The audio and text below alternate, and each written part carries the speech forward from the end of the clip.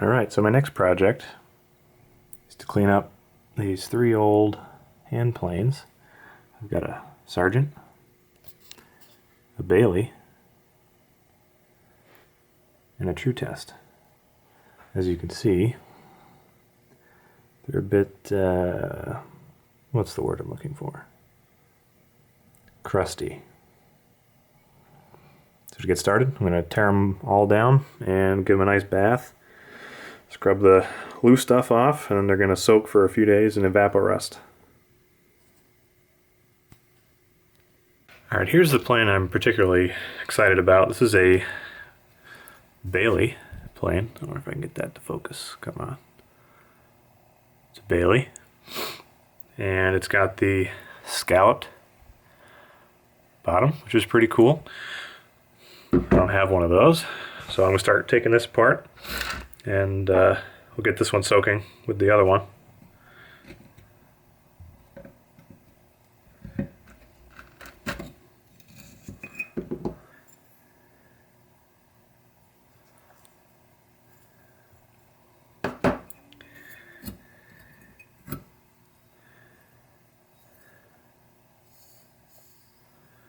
That's pretty gross.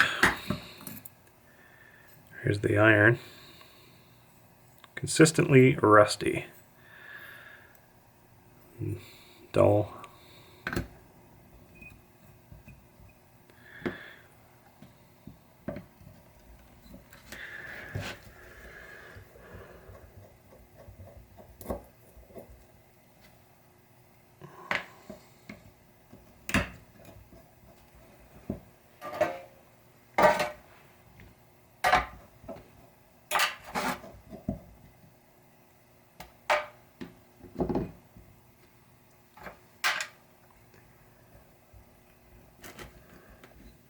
Ooh.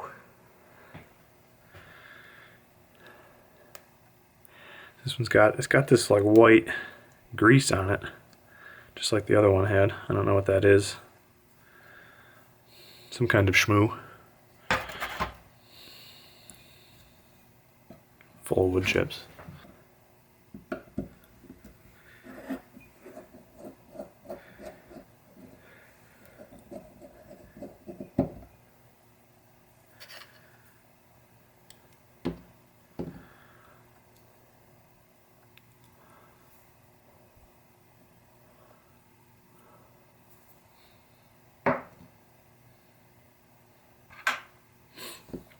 Now, I noticed this handle has a crack in it right there, so I'll have to be careful taking this apart.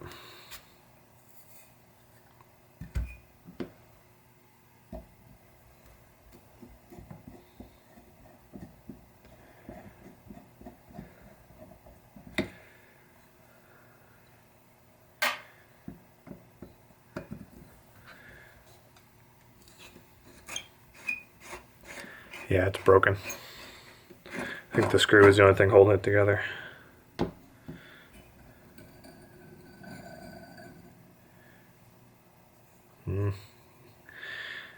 Maybe there's a little bit holding it together. Let's see if I can show you that crack. It's right there. Come on. Whatever. Looks like this is a number 5. Clean that up. Alright, I'm just going to take a scrub brush to this and get as much of the crap off of it as I can, the dust and loose stuff. And then I'll go rinse it off in some hot water. Alright, here's a look at the components from the Bailey.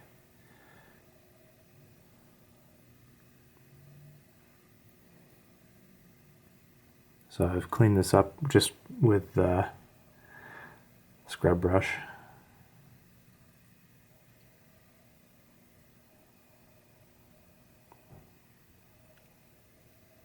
Looks pretty gross.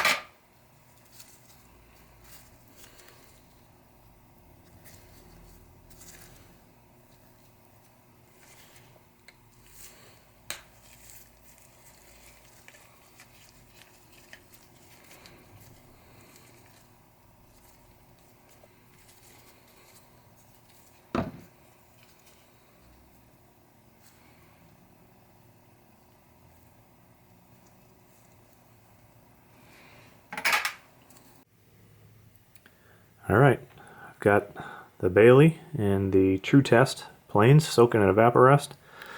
The Bailey plane sticks out higher than the level of the Evaporest. So I've got a couple of paper towels in there that have soaked that up, and they help wick the Evaporest up and out of the water, so that way the top of the, I don't know if those are ears or what those are called, but it's this part here that sticks up out. So I've just got these I've got paper towels pushed up against them to keep them wet. And we'll let those sit for probably a couple of days because they're pretty rusty. Alright, so everything is soaked for about 36 hours in Evaporest.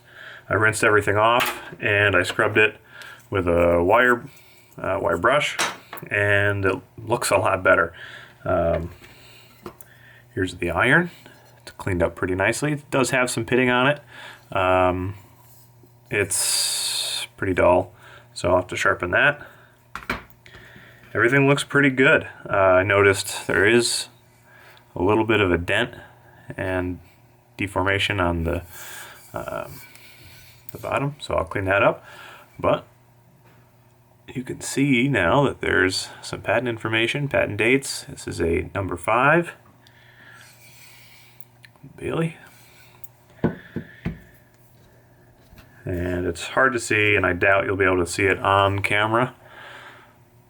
Maybe. It says Stanley, Rule and Level, New Britain, Connecticut, USA. So at this point, I guess I will start doing a little maintenance on the iron. I'll sharpen that, and I'll probably very lightly sand the bottom of this to check for flatness. And I know I got to fix this front corner here. It looks to me like it was probably dropped onto concrete or something. It's got a pretty big ding in it, so I have to get rid of that. And I'll check back in at that point.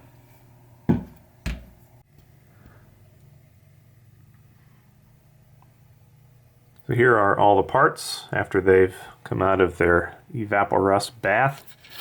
Here's the frog. Looks pretty good. The paint is flaking right off, which is okay, I guess. Here's the iron cap. Again, got some pitting on it.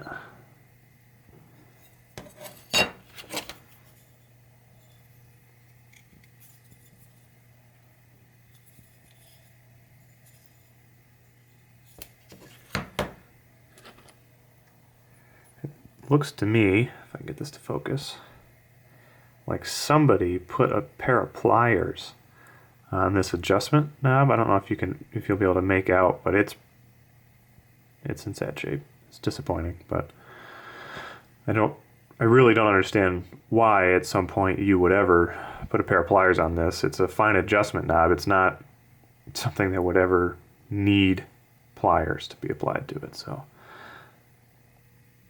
oh well.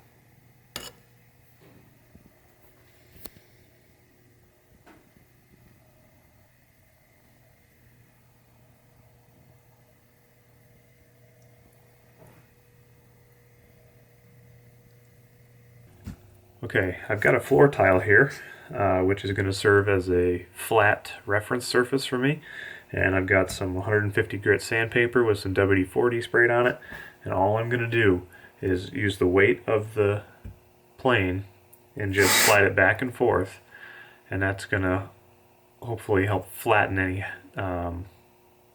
high spots. And I know I've got some dings and scratches on this from being probably dropped, and I'm hoping just to remove any of those imperfections. I'm not looking to remove much material. And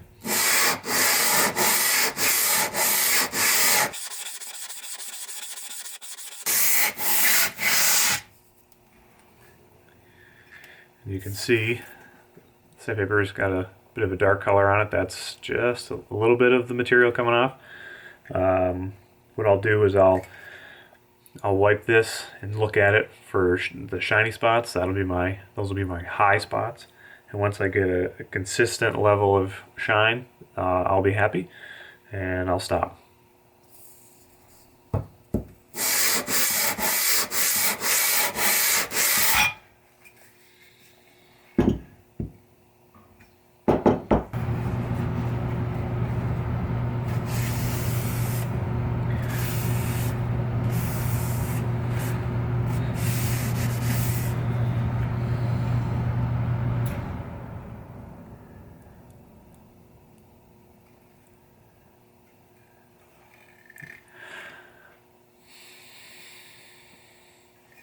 Alright, I'm just going to keep going. This is going to take quite a while. So I'll come back when I'm done. Alright. I switched from 150 to 220, and I've gone through and I cleaned up the bottom.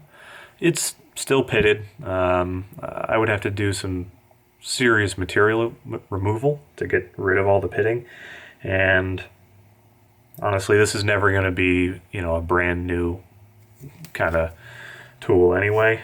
This is mostly just clean it up for me. I also did 150 and 220 on the sides, just to kind of clean it up a little bit. And I did get rid of, there was I don't know if you guys will be able to see, right here on the very corner, it looks like it was dropped and it deformed. You can see there's a shiny spot right there. That's been sanded perfectly flat with the rest of it, so it won't catch. Now we can move on to the iron.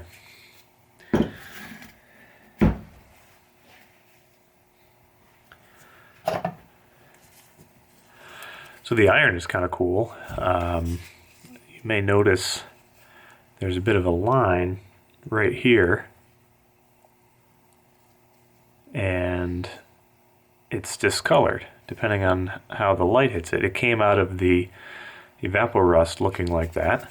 It's not on this side, only on this side.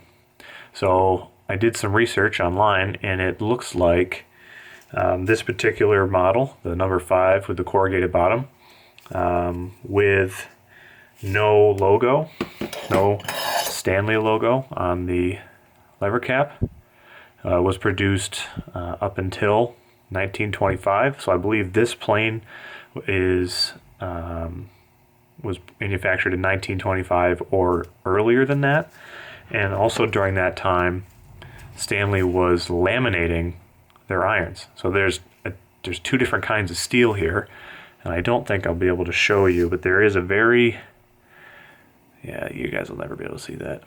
There's like a 1 millimeter layer on the underside of this iron, and that is the cutting edge. And you may be able to see there's a bit of a line along the edge where the color is different.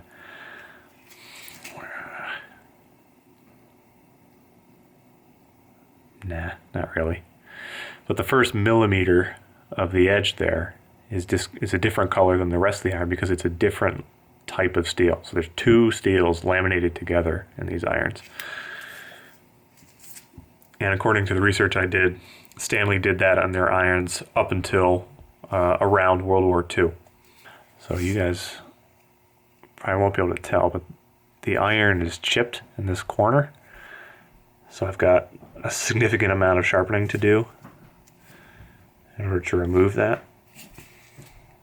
So I'm going to start here with some 150 grit sandpaper and some WD-40. And I'm just going to find the angle.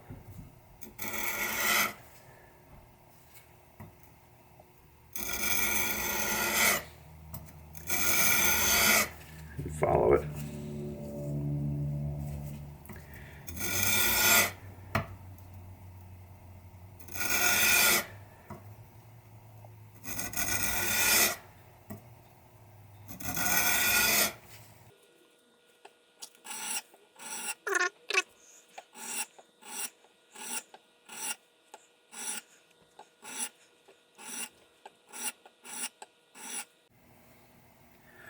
Alright, I was using the 150 and the 220, and I've worked it up to a wire edge. Of course, won't fucking focus.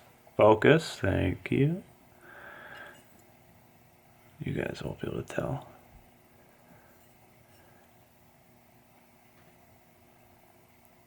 Doesn't matter.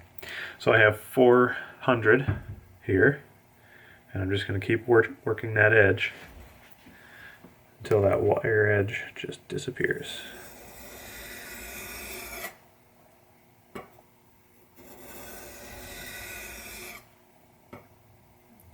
If anyone at WD is watching this, I'm like all out. If you want to hook me up, that'd be awesome. I love my WD products.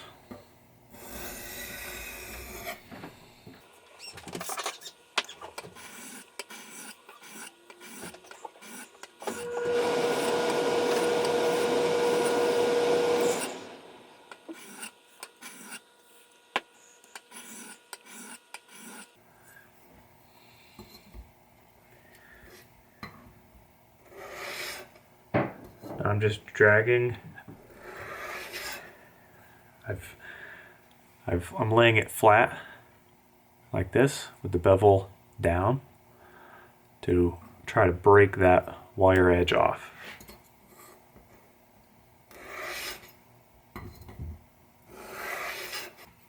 Now fancy woodworkers will tell you you got to invest in like $100 water stones, or you got to have those like diamond plates. Yeah, I'm sure those work really well. But if you're like me and you're a casual woodworker and you don't have like hundreds of dollars to spend on stones, you can walk into the home improvement store, buy a nice flat tile for $5, and then a couple of packs of varying sandpaper grits, and you can achieve hair shaving sharp for $20.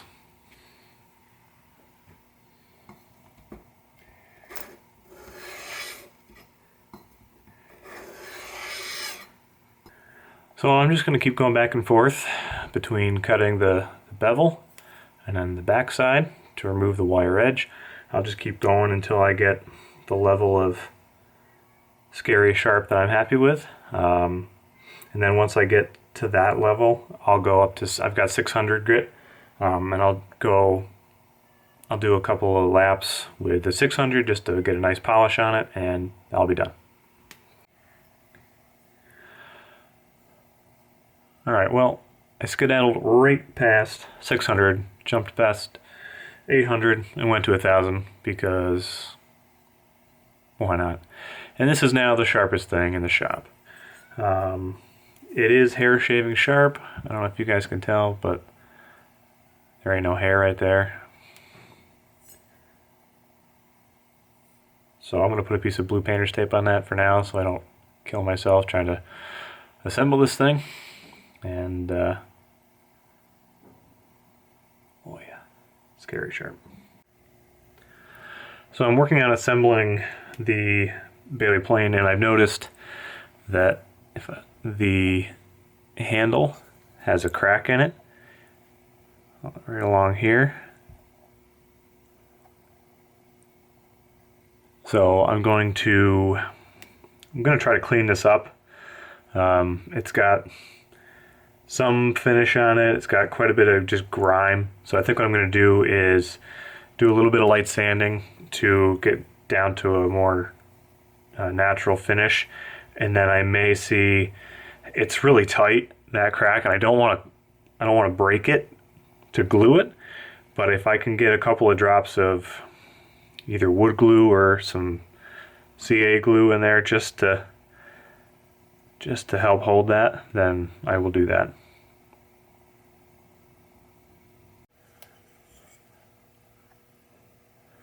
Alright, I've sanded it, and I was able to glue the crack with some super glue, so it looks pretty darn good, and if you didn't know it was cracked, you probably wouldn't be able to tell. So what I'm going to do now is put some butcher block conditioner on there, and I'll probably do 2 coats of that, and we'll put everything back together.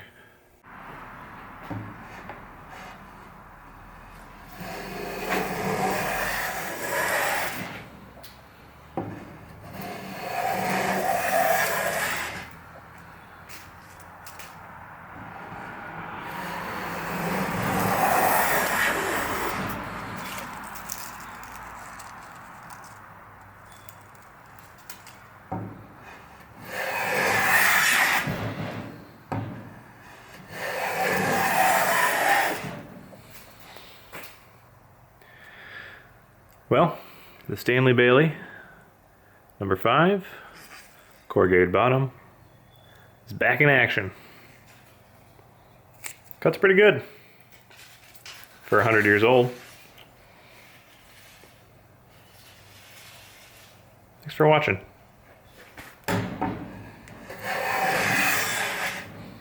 Keep your wooden advice.